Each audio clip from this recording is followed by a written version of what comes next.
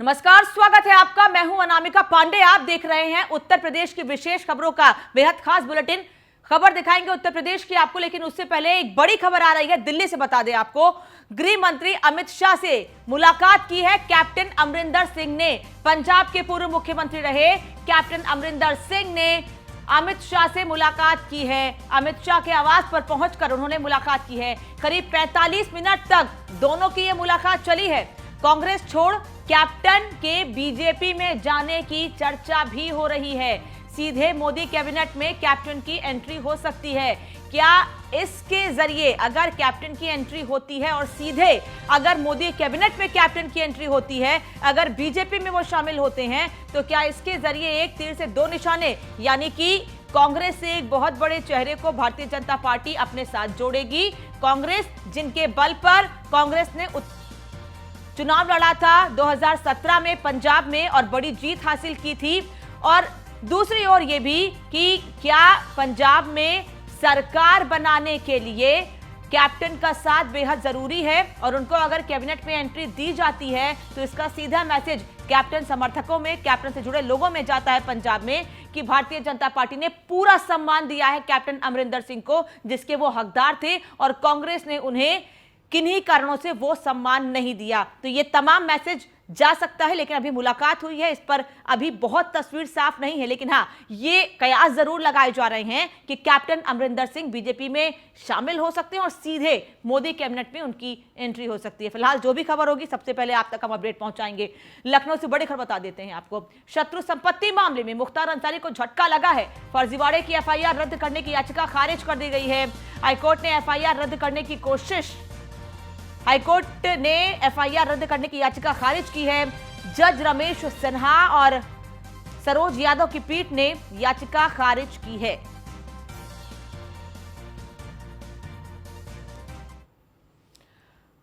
CM योगी ने आज बाराबंकी और सीतापुर दौरे पर पहुंचकर विरोधियों पर निशाना साधा। सीएम योगी ने इस दौरान जनसभा को भी संबोधित किया। सरकार की उपलब्धियां गिनाने के साथ साथ विपक्ष पर भी सीएम ने जमकर प्रहार किया। सीतापुर जनपद के अंदर ग्रामीण और शहरी आवास अगर मिला दिए जाए प्रधानमंत्री आवास योजना के अंदर, तो 2.25 लाख परिवारों को पिछले 4-4.5 वर्ष के अंदर एक आवास उपलब्ध कराया गया है। 2.25 लाख परिवारों को। और यही नहीं, अगर देश के अंदर किसी जनपद को प्रधानमंत्री उज्ज्वला योजना के अंदर सर्वाधिक रसोई गैस के निःशुल्क कनेक्शन मिले हैं, तो उसमें सीतापुर जनपद का नाम भी अग्रणी होगा। 5 लाख परिवारों को सीतापुर के अंदर रसोई गैस के निःशुल्क कनेक्शन भी उपलब्ध हुए हैं। याद करिए, आगे के 5 लाख लोग अपने घर में बरसात के समय कैसे भोजन बनाते रहे होंगे। 2016-17 के पहले इन परिवारों की क्या स्थिति रही होगी।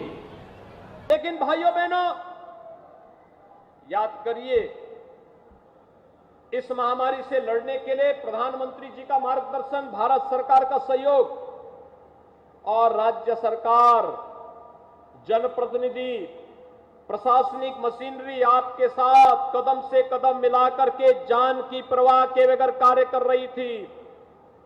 बिना भेदभाव के हर गरीब को अन्न की योजना से जोड़ रही थी।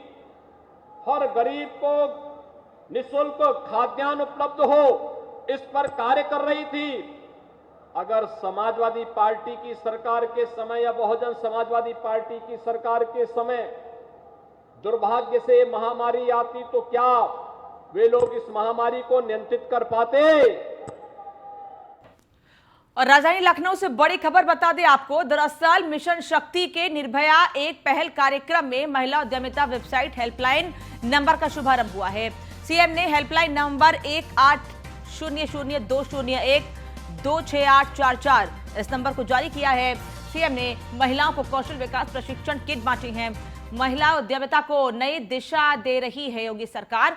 75,000 महिलाओं को प्रशिक्षण मिलेगा।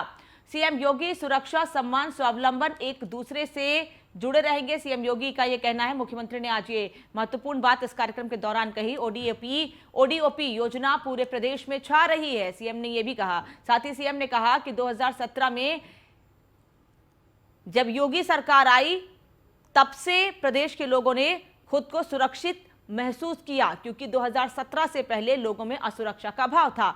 सीएम ने यह भी कहा कि पहले बहन बेटियां खुद को असुरक्षित महसूस करती थी। सीएम योगी ने कहा कि मिशन शक्ति के तहत कई लक्ष्य पूरे किए गए हैं। पहले महिलाएं फील्ड पर नहीं भेजी जाती थीं, मुख्यमंत्री का यह भी कहना है। मुख्यमंत्री ने यह भी कहा कि आज करीब 1.5 लाख पुलिस भर्ती में 20% महिला आरक्षी हैं।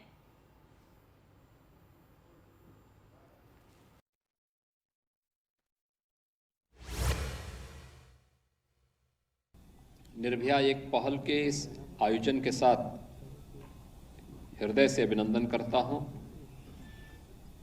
विभाग को विशेष रूप से धन्यवाद देता हूं कि मिशन शक्ति के कार्यक्रम को प्रारंभ करते समय हम लोगों ने उनके सामने इस बात का एक लक्ष्य रखा था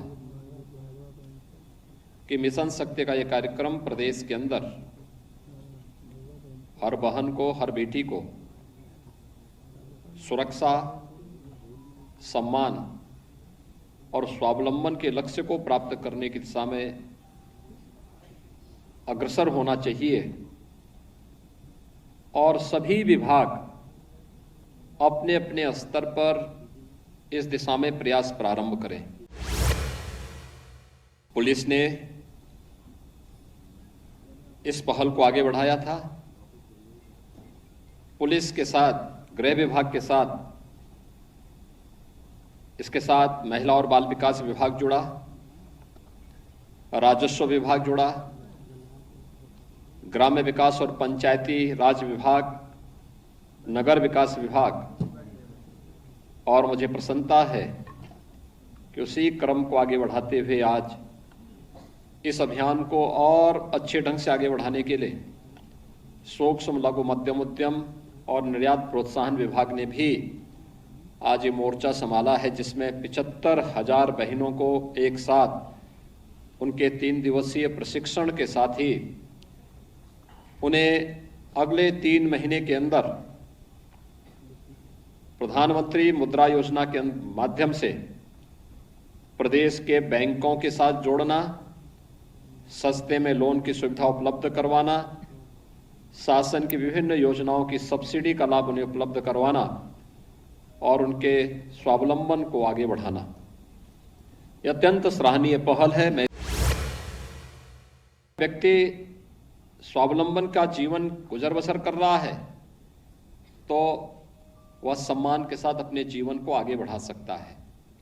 और मिशन शक्ति का यह अभियान पूरे प्रदेश के अंदर इसी लक्ष्य को प्राप्त करने के लिए एक मिशन मोड में प्रदेश सरकार ने लिया है। जैसे प्रदेश सरकार की एक जनपद एक उत्पाद की योजना पूरे देश के अंदर छा रही है। प्रयागराज से बड़ी खबर, जहां महंत नरेंद्र गिरी के उत्तराधिकारी होने की बात सामने आ गई है। कौन होगा उत्तराधिकारी? बलवीर गिरी ही महंत नरेंद्र गिरी के उत्तराधिकारी होंगे। 5 अक्टूबर को बलवीर गिरी का पट्टाभिषेक होगा। सुबह 11 बजे से दोपहर 1 बजे के बीच पट्टाभिषेक होगा। पंच परमेश्वर की बैठक में बलवीर गिरी के नाम पर सहमति बनी है। बता दें आपको, जो सुसाइड नोट मिला था महंत नरेंद्र गिरी के पास से, हालांकि उस सुसाइड नोट की भी जांच हो रही है, उसमें भी बलवीर गिरी को ही उत्तराधिकारी बताया था महंत नरेंद्र गिरी ने। बागंबरी गद्दी के उत्तराधिकारी का चयन हो गया है। पंच परमेश्वरों ने बलवीर गिरी को उत्तराधिकारी घोषित किया है। ये अकूत संपत्तियों वाला मठ बागंबरी गद्दी है, जिसमें अनगिनत कमरे हैं। इन कमरों में काफ़ी हाई फैसिलिटीज़ लगी हुई है, लेकिन इसका जो महंत है वह बलवीर गिरी को बनाया गया है। जो महाराष्ट्री की वसीयत थी, उस वसीयत के अनुसार उन्होंने यह लिखा था कि बलवीर गिरी को मेरा उत्तराधिकारी बनाया जाए। उसी के तहत ये महंत की गद्दी है और इस गद्दी पर वह बैठेंगे। बलवीर गिरी फिलहाल पंच परमेश्वरों की राय से मठाधीश घोषित किए गए हैं। इस मठ के मठ बागम्बरी गद्दी के अब वह उत्तराधिकारी होंगे। षोडशी संस्कार जब महाराज नरेंद्र गिरी का होगा तो नरेंद्र गिरी के षोडशों संस्कार के बाद 13 अखाड़े यहाँ पर आएंगे और उनका पट्टाभिषेक करेंगे। पट्टाभिषेक करने के साथ ही महंत की इसी कुर्सी पर बलबीर गिरी विराजमान होंगे।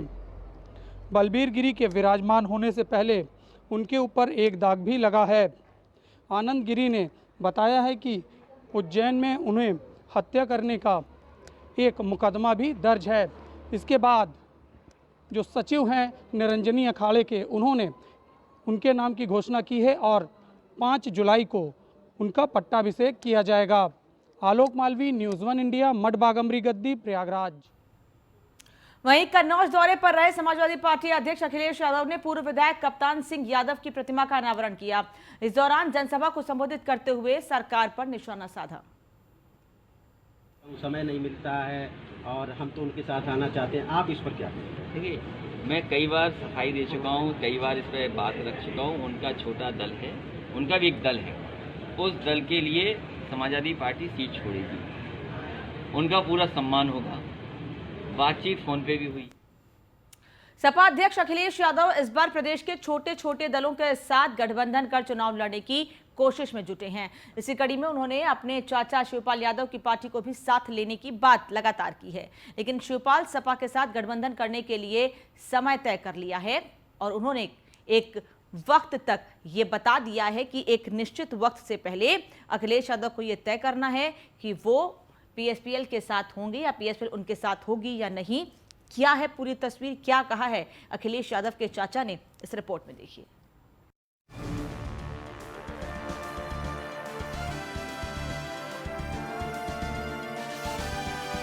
यूपी विधानसभा चुनाव से पहले छोटे दलों का भी सियासत जारी है, तो वहीं समाजवादी पार्टी के प्रमुख अखिलेश यादव और उनके चाचा शिवपाल यादव के रिश्तों पर जमी बर्फ पिघलने का नाम नहीं ले रही है। दरअसल शिवपाल यादव सपा के साथ गठबंधन के लिए अखिलेश यादव का अब लंबा इंतजार करने के मूड में नहीं दिखाई दे रहे हैं। शायद इसीलिए शिवपाल ने अखिलेश यादव को 11 अक्टूबर तक गठबंधन फाइनल करने का आखिरी समय भी दिया है। बताया जा रहा है कि शिवपाल सिंह यादव अपनी पार्टी को सपा में शर्त के साथ शामिल करने के लिए राजी हो गए हैं।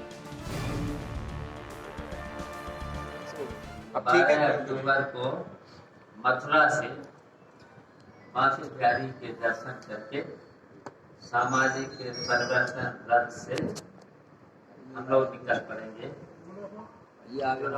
संतनाथ मथुरा से और उत्तर प्रदेश के हर जिले में